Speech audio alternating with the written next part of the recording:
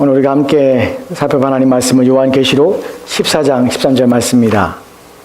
요한계시록 14장 13절 말씀입니다. 한 절 말씀 보도록 하겠습니다.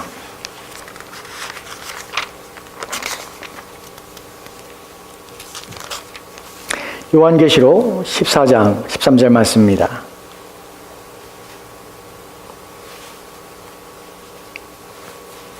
우리 찾으신 줄 알고 함께 우리 교도하도록 합시다. 요한계시록 14장 13절 한 절 말씀입니다. 요한계시록 14장 13절 말씀입니다. 같이 읽겠습니다. 시작. 또 내가 들으니 하늘에서 음성이 나서 이르되 기록하라. 지금 이후로 주 안에서 죽은 자들은 복이 있도다 하시매 성령이 이르되 그러하다. 그들이 수고를 그치고 쉬리니 이는 그들이 행한 일이 따름이라 하시더라. 아멘. 우리 같이 주신 말씀을 위해서 함께 기도하도록 합시다. 같이 기도하겠습니다. 하나님, 주의 말씀 앞에 섰습니다.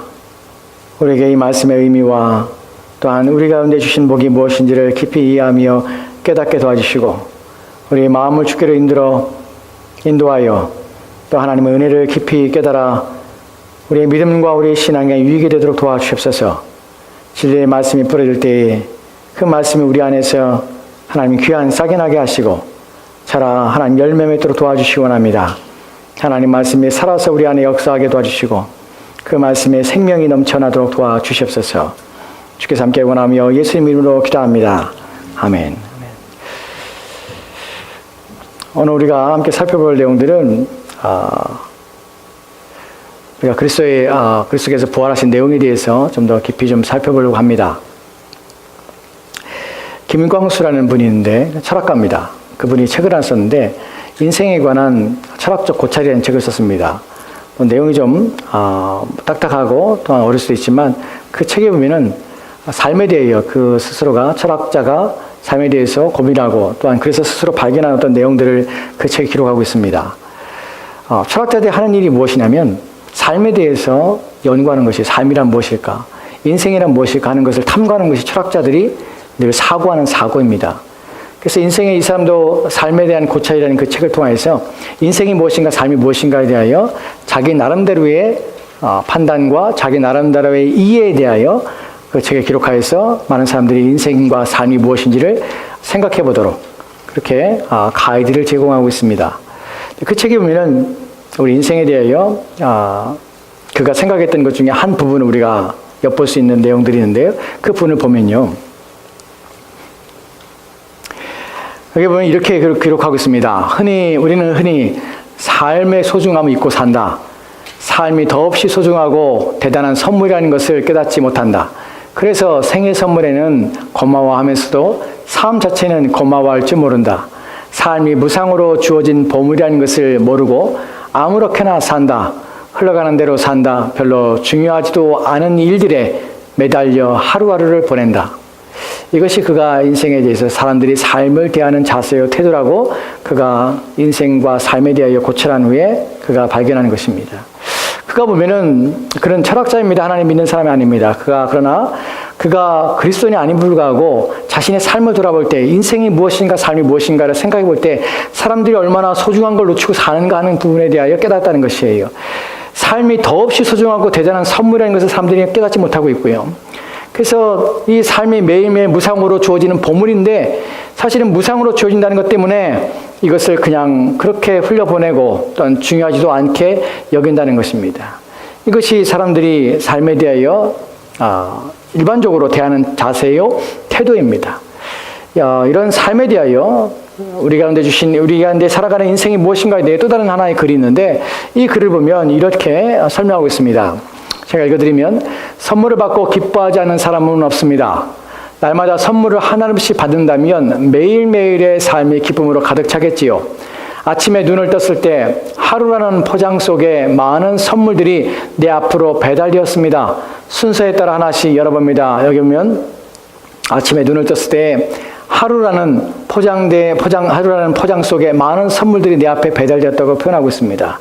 이 사람은 무슨 생각을 했냐면 매일매일 우리의 삶은 하루라는 선물을 우리는 받고 있고, 그 하루라는 선물을 매일매일 우리가 무엇을 하냐에 따라서 우리가 겪고 우리가 경험하며 또한 우리가 만들어가는 그 모든 것들은 그 하루라는 선물 속에 있는 포장지처럼 우리가 발견하고 찾아내는 것들이 하루라는 것 안에 담겨져 있다는 것입니다. 그래서 이것 하루라는 것은 선물이라는 것이에요. 순서에 따라 하나씩 열어보는, 시간에 따라 하나씩 열어보는 것이 하루라는 삶이라는 것이에요. 근데 여기에 대하여 그 다음의 내용들을 보면 이렇게 표현하고 있습니다. 그런데 나는 어떤 마음으로 선물 꾸러미를 열어보고 있을까요? 이것이 이제 우리가 생각해 볼 부분입니다. 나는 어떤 마음으로 하루라는 선물을 받을 때 그 선물을 받은 것을 어떤 마음으로 이 선물을 꾸러미를 시간마다 열어보고 있습니까? 보내준 사람의 마음도 선물에도 별 관심이 습관적으로 열어보는 선물에도 별 관심 없이 습관적으로 열어보고는 별 신통한 것이 없다고 한쪽으로 밀쳐둡니다. 혹은 값비싼 선물만을 잔뜩 기대하고 그렇지 않을 때 몹시 실망하여 주신 분을 원망합니다. 때로는 내 마음에 들지 않을지라도 내 삶의 삶은 선물로 가득 차 있습니다. 그렇습니다. 우리의 인생에 있어서 하루라는 것들은 대부분의 사람들에게 주어지는 무상으로 주어지는 선물입니다. 근데 그 선물을 우리는 뜯어볼 때에 그것에 대하여 주신 분에 대하여 생각하지 않고 또한 그 선물에 대하여 우리 자세히 주의를 하지 않고 그 선물을 헛되게 하는 일이 얼마나 많은가 하는 것입니다. 그래야 때로는 우리가 원하는 것, 우리가 기대하는 것이 없을 만야마서 우리는 오히려 하루라는 선물을 우리가 받았음에 불구하고 그것에 대하여 몹시 실망하고 또한 몹시 원망하기도 합니다. 그런데 그럼에도 불구하고 매일매일 하루라는 선물은 우리의 인생에 있어서 얼마나 가치 있고 아름다운가 하는 것입니다. 이것을 우리는 잊고 산다는 것이죠. 오늘 우리가 살펴볼 내용이 이것입니다. 여러분, 하루라는 선물들은 철학자는 이렇게 생각했고 어떤 사람은 하나님에 대하여 우리 인생은 하나님께 주신 선물이라고 표현하였습니다. 그렇습니다. 성경에서 하나님께서는 매일매일 우리 삶에서 하루라는 선물을 매일매일 우리에게 주십니다. 그 하루라는 선물을 우리가 어떻게 사용하고 어떻게 우리가 그 선물에 대해 귀히 여기며 주신 분에 대해 어떤 생각을 가지고 살아야 되는가 하는 것은 그리스도인이 가져야 될 마땅한 마음입니다. 여러분은 낭비하는 것을 싫어할 것입니다. 함부로 소중한 것을 함부로 대하는 것들을 가치 없게 여기는 것들을 쓸모없이 무엇인가 소중한 것들 잃어버린 것들을 원치 않을 것입니다. 그런데 하루라는 매일의 시간들이 무상으로 주어지게 우리는 눈을 감고 눈을 뜨면 그 아침에 우리는 하루라는 것이 내 앞에 있다는 사실만으로 그것이 보잘것없이 매일매일 주어지는 의미 없는 것처럼 아주 가벼운 것처럼 또한 아무나 쓸 수 있는 하찮은 것처럼 누구나에게 있을 수 있는 것처럼 우리는 그렇게 하루를 보냅니다. 그렇게 하나님께서 주신 선물을 그렇게 여깁니다. 여러분, 그러지 말아야 한다는 것이에요. 우리에게 주신 선물을 귀히 여길 줄 알아야 합니다. 오늘 우리가 살펴보려고 하는 것은 일반적으로 하나님께서는 하루라는 선물을 모든 자들에게 주었습니다. 그리스도인이나 그리스도인 아닌 자에게 모든 자에게 선물을 주었습니다. 그러나 그리스도인에게만 주신 특별한 선물들이 또다시 있습니다. 오늘 우리는 그 부분에 살펴볼 것입니다. 하루라는 선물도 귀중하지만 더 귀중하고 소중한 것들 하나님께서 우리 가운데 선물로 주셨는데 그 선물에 대하여 우리가 오늘 그 선물을 살펴보고 우리 가운데 주신 선물에 대하여 이해해보고 그것을 또한 우리가 마땅히 기뻐해야 될 마음들을 우리가 안에 가지려 합니다.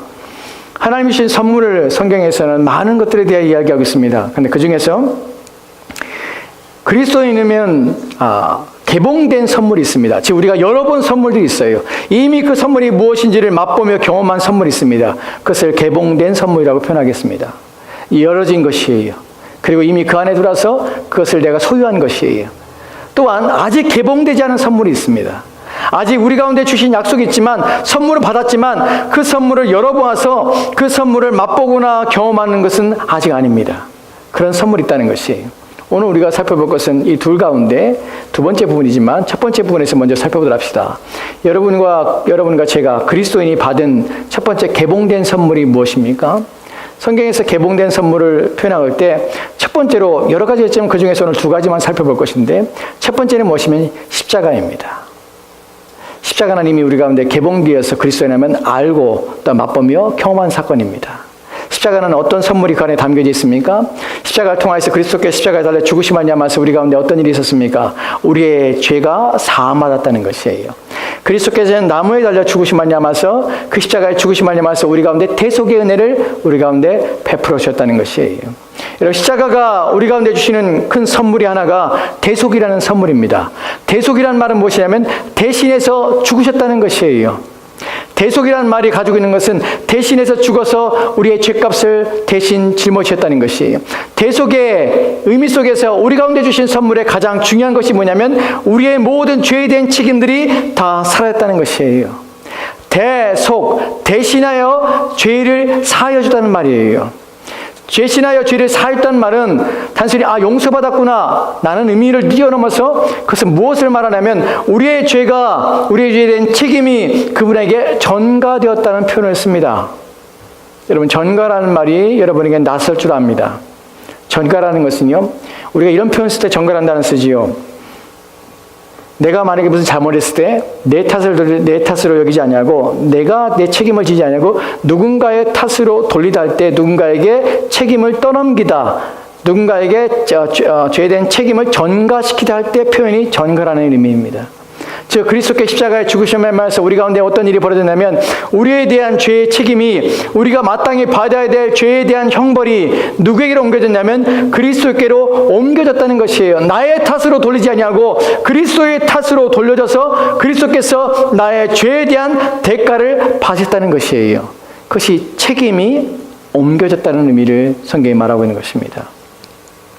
저와 여러분이 그리스도 예수를 믿고 또한 그리스도 예수를 주라 고백할 때에 우리의 모든 책임은 예수 그리스도께서 담당하신 것입니다. 그래서 우리에게는 죄에 대한 책임을 더 이상 묻지 않습니다.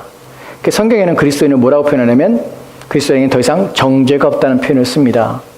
정죄라는 것은 이제 판단하여서 당신은 죄인이기 때문에 죄에 대한 대가를 받으셔야 합니다. 나는 그 책임이 없어졌다는 말입니다.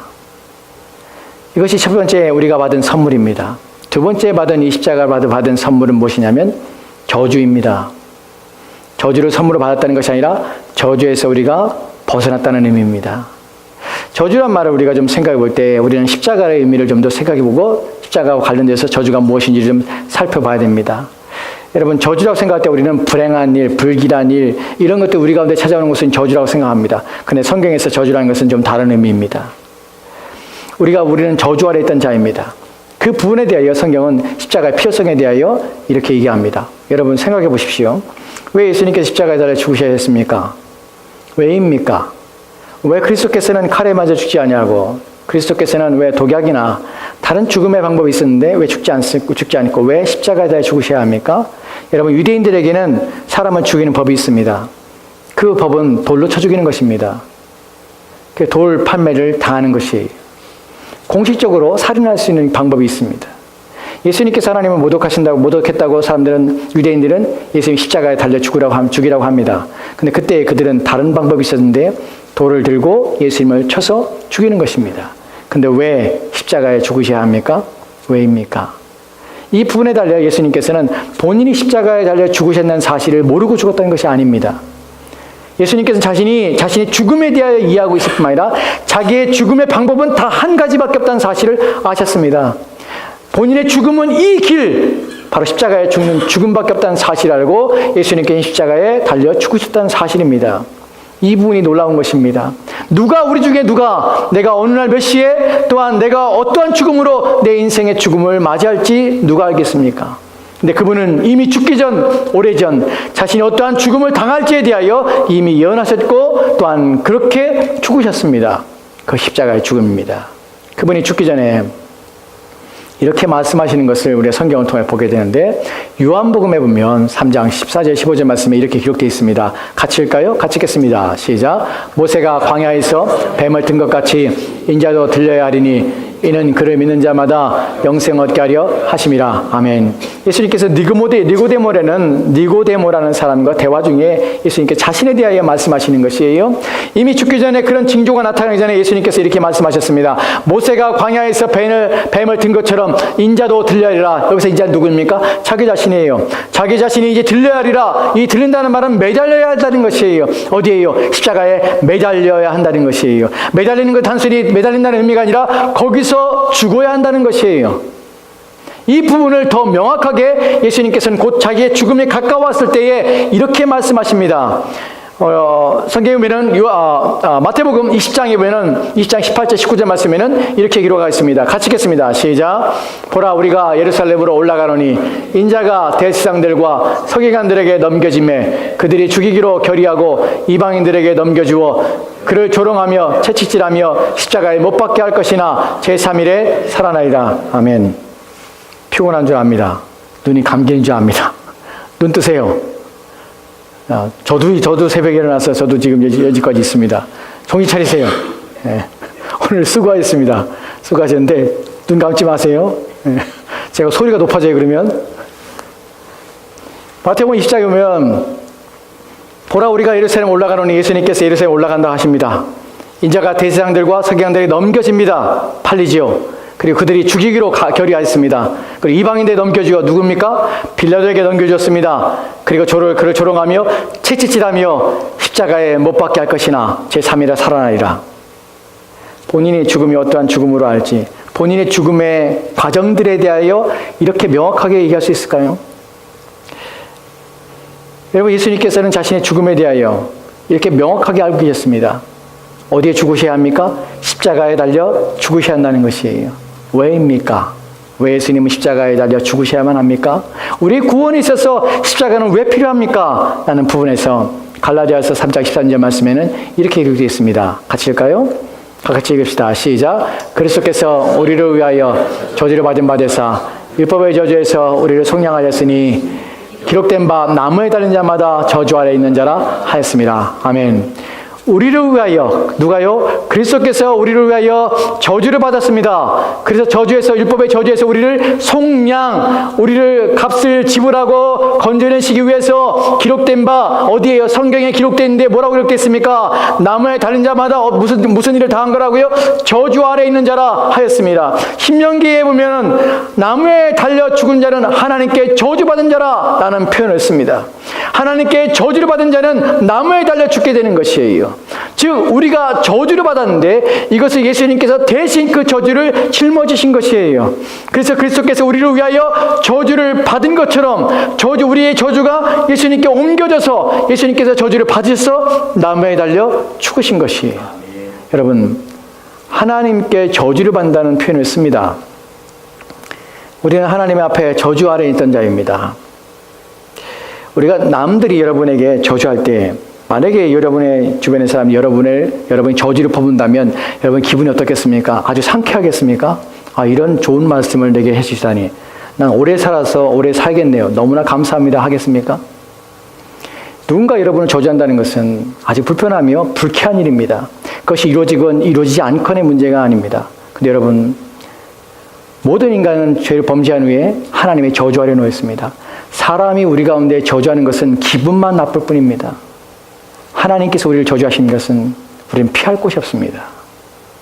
하나님 우리를 저주하시면 우리는 그 저주에서 벗어날 수 있는 길이 없다는 사실입니다. 여기서 저주라는 것은 누군가 우연히 만나는 불행을 말하는 것이 아닙니다. 의도하지 않게 무엇인가 불길한 일이 내게 찾아오는 것이 아닙니다. 하나님의 저주하신다는 그 저주 속에서 이 저주는 하나님과 완전히 분리된다는 것을 의미를 성경은 말하고 있습니다.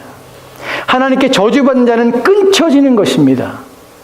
여러분, 우리는 일반적인 종 속에서 하나님의 보호하심을 받습니다. 모든 피조물들은 하나님의 도우심을 받습니다. 그러나 여러분, 그 보호만으로, 그 돌보심만으로는 충분하지 않다는 것이 우리의 인생입니다. 그것은 잠시 잠깐 이 땅에 사는 동안에 우리 가운데 주시는, 모든 자에게 주시는 조금의 하나님의 은혜의 은덕에, 또한 하나님께서 피를 채우시는 그 은혜 가운데 잠 살다가 떠나는 것입니다. 하나님의 특별한 은혜가 없다면, 이 저주 아래 살게 된다면 하나님께서 우리의 인생을 이끄시 않을 뿐만 아니라 우리의 삶을 보호하시도 않을 뿐만 아니라 우리의 삶에 필요한 것들을 채우시도 않을 뿐만 아니라 우리의 영혼에게서는 영원한 평강과 위로가 전혀 없다는 사실입니다. 여러분, 성경에서 이런 표현을 했습니다. 너희는 고아와 같이 버림받지 않는다고 표현합니다. 누구에게 한 말입니까? 그리스도인에게 하는 말이에요. 하나님께서는 고아로 우리를 버려두지 않는다는 것입니다. 그렇다면 고아로 버려둔 자는 누구입니까? 저주받은 자예요. 하나님이 저주 아래 있다는 것은 하나님께서 우리 가운데 아무것도 도와여 주신 것이 없다는 사실입니다. 우리 인생 가운데 하나님께서 책임을 지거나 우리 인생을 살펴서 우리를 구원하시거나 우리에게 복을 주시거나 은혜를 주셔서 우리의 삶에서 고통을 당하고 우리의 삶에 힘들어하고 지칠 때 우리를 건져주시거나 우리의 영혼의 위기에 빠질 때 우리의 영혼을 회복하거나 또 우리 영혼을 보호하시거나 우리의 영혼을 이끌어주신다는 것이 전혀 없는 상태가 바로 저주받은 상태입니다. 불행하다는 것이에요. 여러분, 이 땅에서의 평강과 위로는, 이 땅에서의 만족은, 이 땅에서의 행복은 누구로부터 오냐면 하나님부터 옵니다. 근데 그 하나님으로부터 분리했다는 것은 이 땅에 사는 동안은 그런 유리한 자로 인생을 살아가는 것이 누가 책임을 져야 됩니까? 자기 인생은 자기밖에 없는 것이에요. 쇠가 빠지게 살아야 합니다. 평생 동안 미치도록 살아야 합니다. 왜냐하면 누구도 그 인생을 보장해 주지 않기 때문에 그래요. 그는 죽어서는 더 불행한 삶을 살아갑니다. 신자는 그렇지 않아요. 신자는 이 땅에 사는 동안에 위로자가 있습니다. 힘들 때마다 그의 마음을 위로할 뿐만 아니라 그의 인생에 소망을 줍니다. 그래서 잠깐이 이 땅을 살아가는 동안에 지치지 않게 하실 뿐만 아니라 또한 영원한 나라의 소망을 꿈꿀 뿐만 아니라 삶의 고난과 역경 속에서 또한 격려하시며 말씀으로 강하게 하시며 담대하게 하실 뿐만 아니라 그 모든 고난을 이겨낼 수 있는 힘을 공급할 뿐만 아니라 그 영혼이 회복되도록 날마다 그의 마음을 일으켜 세워 모든 문제와 어려움 가운데서도 낙심하지 않게 하시고 절망하지 않게 하시고 쓰러지지 않게 하시는 것이 하나님의 은혜입니다.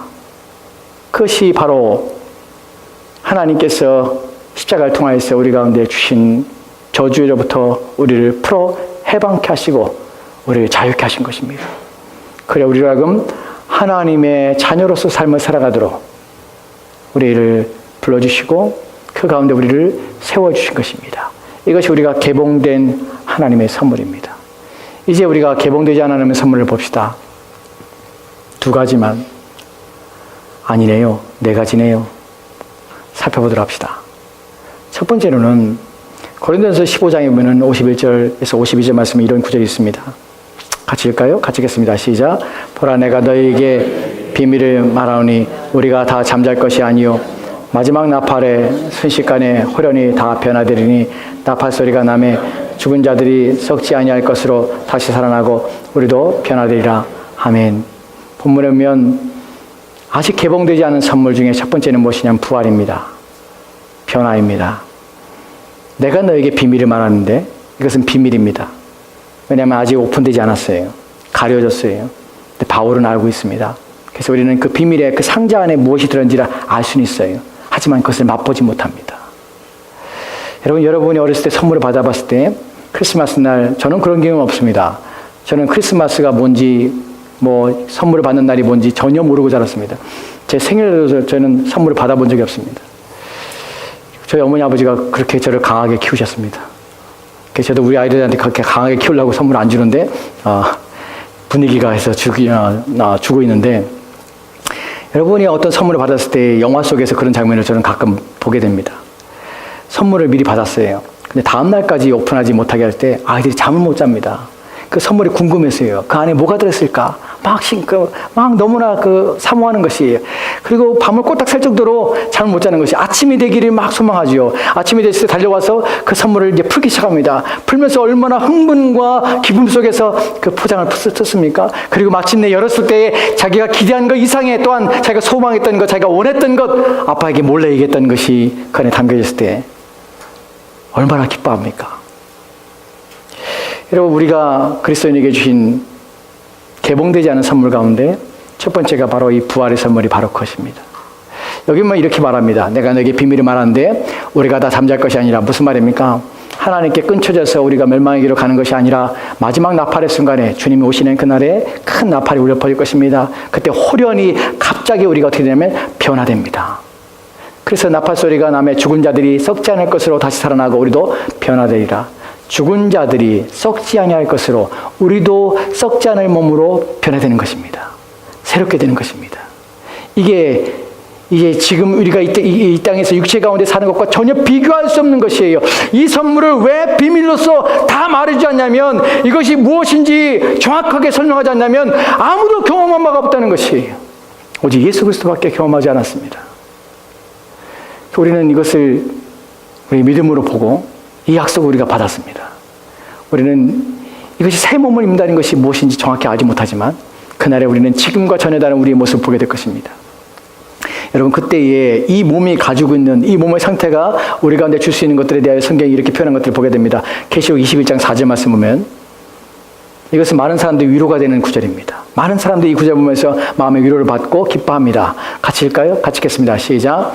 모든 눈물을 그 눈에서 닦아주시니 다시는 사망이 없고 애통하는 것이나 곡하는 것이나 아픈 것이 다시 있지 아니하리니 처음 것들이 다 지나갔음이로라. 왜 그럴까요? 뭐 이런 것들이 없어질까요? 왜냐하면 우리가 새롭게 되었기 때문에 그래요. 우리가 새 몸으로 바뀌었기 때문에 그래요.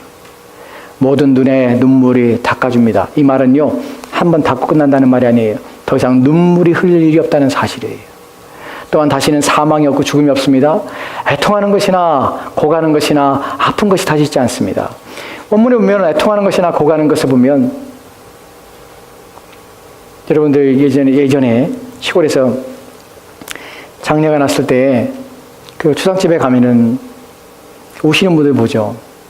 거기에 아내분이나 또한 어머니를 잃은 자녀들이 그 앞에서 목 놓아 우는 모습을 봅니다. 정말 숨이 넘어갈 듯이 웁니다. 그리고 하늘이 무너진 것처럼 웁니다. 땅에 엎어져서 가슴을 치기도 하고 땅을 치기도 하면서 웁니다. 여러분, 그때에 이것이 인생에 당하는 고통과 인생에 대한 슬픔들입니다.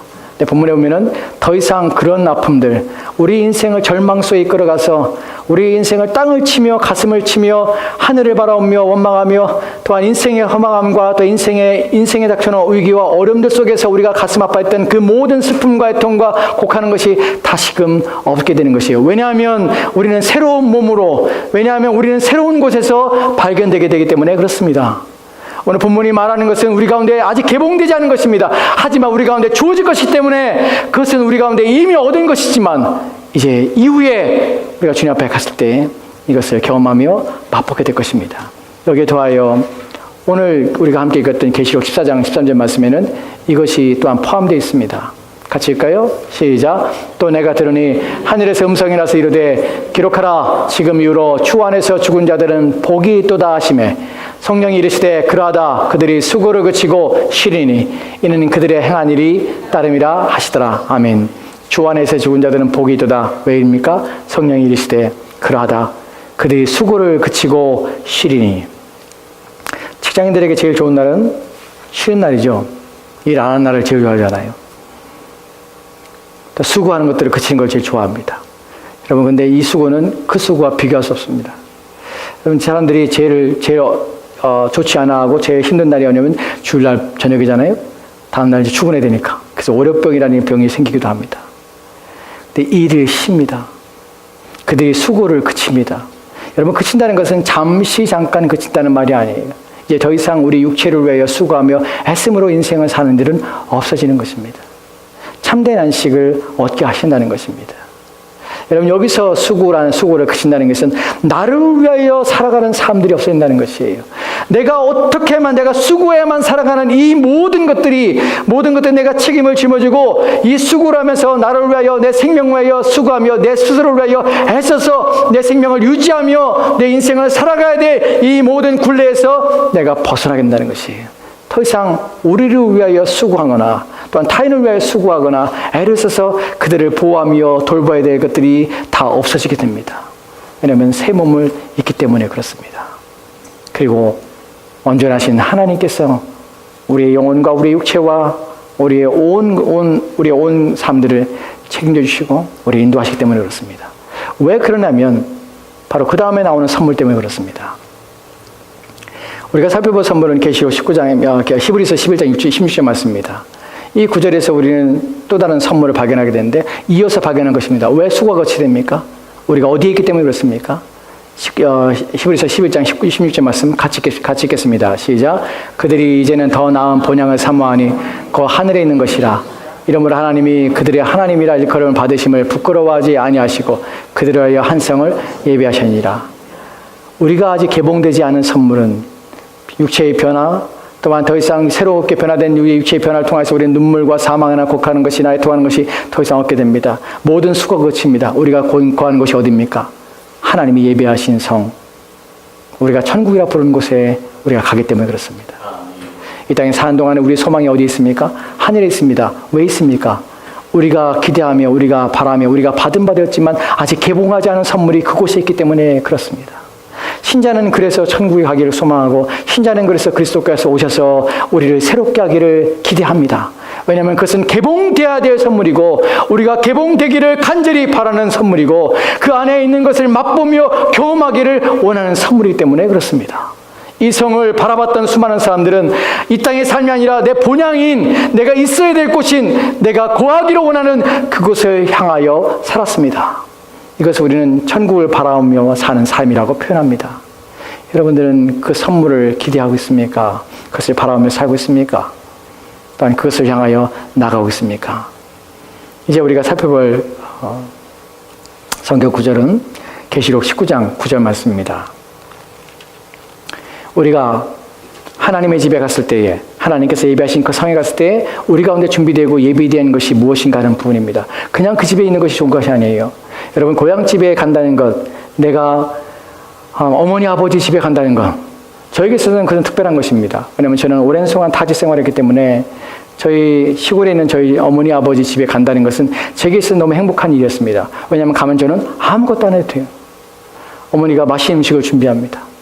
제가 어렸을 때 제가 기억으로 제가 간다는 말을 들으면 저희 어머니께서 음식을 준비하셨습니다. 제가 좋아하는 게장을 만드셔서 막 준비하셨고 또한 생선을 만드셔서 준비하셨고 또한 회를 또 준비하셨고 갈 때마다 저는 가 있는 동안에 너무나 많은 것들을 먹고 마시며 또한 편히 쉬다가 옵니다. 그래서 저는 저에게 있어서는 고향, 저희 아버지 어머니의 집이라는 것은 제게 있어서 너무나 그리운 곳입니다.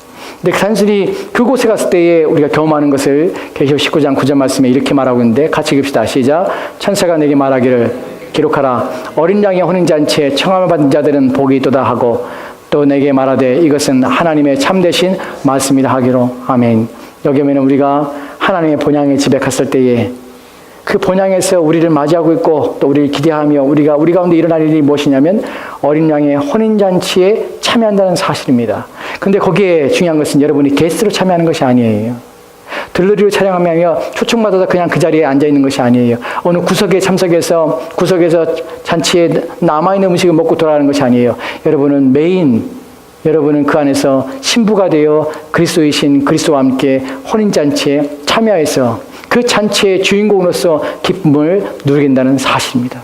그래서 더 가고 싶은 것이 내가 주인공이 되어서 그리스도와 함께 있는 그곳에서 내가 그 그리스도와 영원히 사는 것을 더 바라게 되는 것이. 그래서 우리는 이런 개봉되지 않은 선물 때문에 우리는 가고 싶어 합니다. 그리고 마지막으로 우리가 고린도전서 4장 17절 말씀에 데살로니가전서 4장 17절 말씀에 이렇게 기록된 것을 보게 됩니다. 같이 읽읍시다. 시작. 그 후에 우리 살아남은 자들도 그들과 함께 구름 속으로 끌어올려 공중에서 주를 영접하게 하시니리. 그래야 우리가 항상 주와 함께 있으리라. 여러분들은 어떨지 모르겠습니다.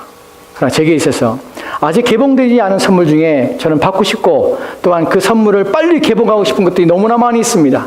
그런데 그 중에서 제가 가장 개봉하고 싶고 가장 내가 맛보고 싶으며 또한 가장 얻고 싶은 것이 있다면 바로 이것입니다. 그리스도께서 오시는 그날에 공중에 우리가 다 들려 올라가서 주를 영접하게 되는데 그래야 우리가 항상 주와 함께 있으리라. 이것이 가장 그리스도인들이 받는 선물 중에 가장 귀한 선물입니다. 이 땅에 사는 동안에 우리는 나를 위해 죽으신 그리스도를 사랑하다가 또한 그분을 위해 살다가 그리고 이제 그분이 있는 곳으로 가게 됩니다. 그리고 그분과 함께 혼인잔치를 통해서 이제 그분과 함께 깊은 연합 가운데 들어가서 이제 그 어떤 것들도 우리가 그분과 분리시킬 수 없는 깊은 깊은 연합한 게 있어 우리는 영원토록 변하지 않는 만족과 행복과 평안함과 기쁨을 누리게 될 것입니다. 그리고 그것이 영원토록 지속될 것이라는 사실이 성경에 기록되어 있는 것이, 이것 때문에 우리는 이 부활의 날에 이것들에 대해 감사하며 기뻐할 뿐만 아니라 이것 때문에 우리는 우리가 믿는 그리스도를, 또 그리스도가 우리 가운데 이루신 것들을 인하여 우리는 하나님 앞에 영광을 돌리며 감사하게 되는 것입니다. 한 가지 얘기를 하고 마치도록 합시다. 양원석이라는 사람이 쓴 책이 있는데 그 책에 보면 이런 내용이 있습니다. 그 책의 제목이 무엇이냐면 영원히 일어나고 싶을 때 읽는 책이에요. 제목이. 그러니까 영원히 일어나고 싶을 때 읽는 책. 그 책에 한 이야기가 쓰여 있습니다. 그러니까 실제 사실이에요. 저는 사실 그 일을 신문 기사를 읽어본 적은 없습니다. 근데 그 책에 그런 내용이 있더라고요. 라이언 화이트라는 사람을 혹시 아십니까, 여러분? 라이언 화이트. 그 친구가 13살 때 혈우병에 걸려서 치료를 받다가, 혈우병이 뭐냐면 상처가 나면은 상처가 피가 안 멎는 병이에요. 13살 아이가 그 병에 들어서 애가 상처만 나면 피가 안 멎는 것이에요. 그걸 치료하고 수혈을 받았다가 부주의로 에이즈에 감염돼요. 여러분, 예전에 그런 일이 참 많았습니다. 혈액을 수혈받았는데 그 혈액에 에이즈가 그 혈액 속에 들어있어서 나도 모르게 에이즈에 감염된 것이에요. 의사도 깜짝 놀라고 부모님도 난리가 나고, 그 아이의 심정 어떻겠습니까? 13살 아이가. 자기가 에이즈에 걸렸는데 낙심이 되겠죠. 근데 이 아이가 13살에 에이즈에 걸려서 생활을 시작합니다. 그 기사를 보면요, 그 아이가 학교를 다니기 위해서 학교에서 막 회의를 열어서 그 아이를 학교에 못 오도록 부모들이 강제하는 이런 일이 있어요. 가슴 아픈 일이 있어요. 에이즈라는 병을 잘못 알아서 같이 있으면 옮기는 것처럼 착각해서 그 학교에 그 아이가 다니는 것을 막 그 지역 사람들이 전체가 드러나서 막 들고 일어나서 반대를 하고 막 그래요. 물론 우리는 아웃사이드에서 보니까, 머리에서 보니까 그런 장면을 보면 지탄할 수 있지만, 사실 여러분이 다니는 학교에 정말 여러분 그 중에 아이가 하나가 그런 에이즈 병에 걸린 아이가 있다면 여러분 자녀를 보내겠습니까? 이사 가야 돼 하고 다 난리가 나죠. 근데 그 아이가 그런 일이 있어서 투쟁을 하며 싸웁니다. 법정적인 싸움을 해요. 부모가 싸워서 학교를 다니게 됩니다. 그러니까 에이즈에 대해서 그 친구를 통해서, 라이언 화이트를 통해서 에이즈가 어떤 병인지를 더 자세하게 사람들이 이해하기 시작해요. 근데 이 아이가 생활하면서 언제 죽냐면 18살, 5년 후에 죽어요. 고등학교를 졸업하지 못해요. 근데 이 아이가 이제 이 아이가 병에 들어서 이런 에이즈의 싸움을 하고 학교와 논쟁이 벌어지면서 이런 것들이 이제 지역사회 신문에 드러나면서 막 매일매일 이 아이의 이 이야기가 계속해서 신문에 연재가 됩니다. 사람들이 알기 시작해요. 근데 이 아이가 5년 동안 투병 생활하면서 자기가 받은 이런 상처들, 자기가 의도하지 않는, 누구도 원하지 않았던 일들이 발생한 사건을 통해서 이 아이가 살아난 과정들을 매일매일 신문에 기재되는 내용을 볼 때 사람들이 감동합니다. 미국 사람들이 그것 때문에 슬퍼하며 또 격려하며 또 많은 도움을 받습니다. 이 아이가 그러면서 원망하지 않습니다. 또 불평하지 않고 학교 친구들과 함께 아이들과 함께 도움을 주며, 또한 항상 밝은 모습으로 기쁨으로 인생을 살아갑니다. 결국에는 에이즈를 이기지 못하고 18살 때 졸업을 얼마 안 놔두고 이 아이가 마지막 숨을 거둡니다. 근데 기독교 잡지에 올린 글이에요. 이 아이가 마지막 임종을 앞두고 아빠가 이제 아이를 붙잡고 얘기하는 것이, 자기 아이가 죽어가니까 얼마나 마음이 가슴이 무너지겠어요. 이 아빠가 아이를 보면서 정말 미안하다. 너에게 수혈했을 때 그때 내가 더욱더 신경을 썼어야 되는데, 그들이 어떤 혈액을 너에게 공급하는지를 내가 더 점검했어야 되는데 아무것도 해주지 못해 정말 미안하다. 그 아빠가 가슴을 칩니다. 그리고 더 이상 내가 너한테 해줄 게 없어서 정말 미안하다라고 얘기를 합니다. 근데 이 아이가 뭐라고 말하냐면 자기의 죽음을 가까운 말고, 아빠 괜찮습니다. 슬퍼하지 말라고 위로하면서, 그래도 나는 아빠가 나한테 더 이상 줄 것이 없다고 말하지만 나는 아빠를 통해서 가장 귀한 것을 받았습니다. 그것이 뭐냐면 예수 그리스도의 복음을 그 아이가 받게 된 것이에요. 그러니까 아빠는 내가 이 땅을 떠나는 걸 슬프지만 나는 나를 기다리고 있는 주님 앞에 가기 때문에 나는 더 이상 어떤 슬픔과 염려도 없습니다. 걱정하지 말라고. 그리고 좋은 선물을 줘서 너무나 고맙습니다 하고 삶을 마감합니다. 18살의 아이가 자기 인생에 대하여 또한 자기 신앙에 대해 이런 고백을 하고 또한 이렇게 자기의 삶을, 자기의 죽음을 받아들였다는 사실은 많은 그리스도인들에게 충격이었습니다. 그리고 많은 미국인들이 각성을 합니다. 나는 이런 소망을 가지고 있는가? 나는 오늘 죽어도 나는 그리스도가 앞에 가는 사실을 나는 믿고 있는가? 나는 어떤 죽음에도 두려워하지 않고 염려하지 않고 내가 그리스도 예수를 믿는 것, 이것이 내게 가장 큰 선물이고 내 인생에 가장 귀중한 것인가 하는 것들에 대하여 우리는 얼마나 생각하고 있는가 하는 부분입니다. 그리스도께서 부활하셨습니다. 그래서 믿는 자들에게 영생을 주신다고 하십니다. 그것이 우리 가운데 귀한 선물입니다. 그 선물은 받는 자에게 즉시 주어질 뿐만 아니라 또한 이후에 우리가 아직 개봉된 선물 또한 주신다고 약속하였습니다. 그렇다면 그리스도 예수를 믿고 또한 그리스도 예수를 받아들이는 것에 있어서 무엇이 주저가 되고 무엇을 머뭇거려야 될 이유가 되겠습니까? 또한 그리스도를 사랑하는 것이 무엇이 우리가 인생에서 손해요? 또한 무엇이 주저하게 되는 이유가 되겠습니까? 그리스도 예수가 여러분의 주가 되시기를 소망합니다. 그분의 부활이 여러분에게 주어지기를 소망합니다. 기도합시다.